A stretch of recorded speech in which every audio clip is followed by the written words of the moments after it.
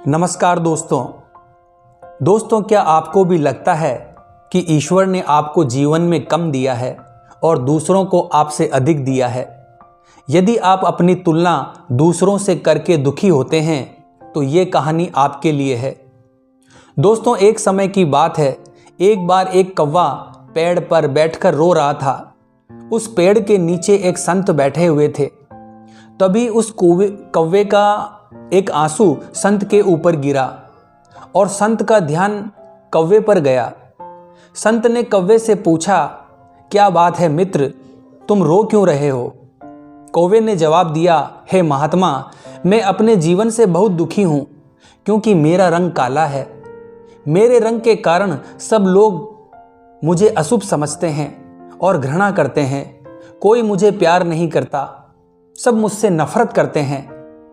इस तरह के जीवन से तो मर जाना ज़्यादा बेहतर है। कौवे की बात सुनकर संत को दया आ गई और उसने कहा, देखो मित्र, उदास मत हो। अच्छा बताओ, तुम क्या चाहते हो? मैं अपने मंत्र की शक्ति से तुम्हारी इच्छा पूरी कर दूंगा। कौवे ने कहा, हे महात्मा, अगर ऐसा हो सकता है तो कृपया मुझे एक हंस बना दीजिए। संत ने कौवे से कहा, ठीक है, मैं तुम्हें हंस बना दूंगा, पर पहले जाकर हंस से पूछ लो क्या वो अपने जीवन से खुश और संतुष्ट है। मैं तुम्हारा यही इंतजार करता हूं।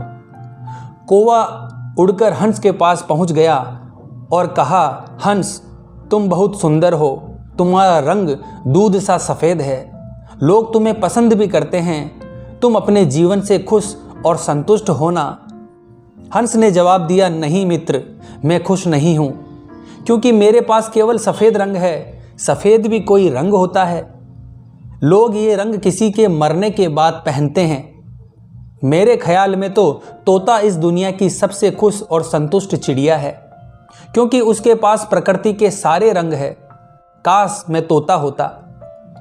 ये सुनकर कौवा उड़ा और तोते के पास पहुंच गया और कहा, मित्र तोते, तुम बहुत सुंदर हो, रंग बिरंगे हो, लोग तुम्हें पसंद भी करते हैं।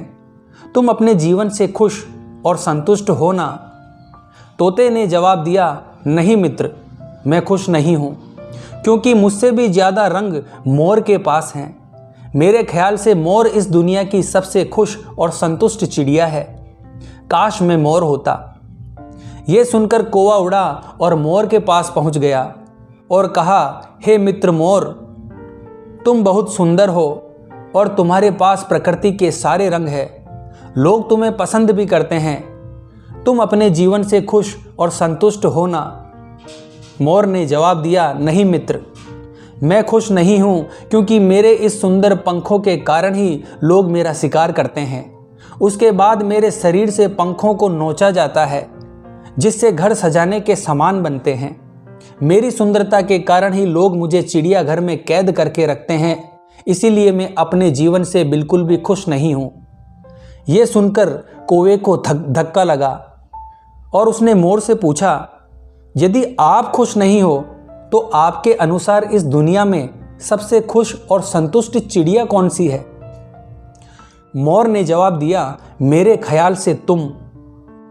कौवा इस दुनिया की सबसे खुश और संतुष्ट चिड़िया है क्योंकि लोग तुम्हारा शिकार नहीं करते। कोई तुम्हें पिंजरे में बंद नहीं करता। तुम बिना किसी डर के कहीं भी उड़ सकते हो, कहीं भी आ जा सकते हो। तुम्हें किसी बात का खतरा नहीं है। काश मैं भी कौवा होता। ये सुनकर कौवा उड़ गया और संत के पास आकर बोला, हे महात्मा, मुझे मेरी गलती समझ में आ गई है। अब मुझे कुछ और नहीं बनना।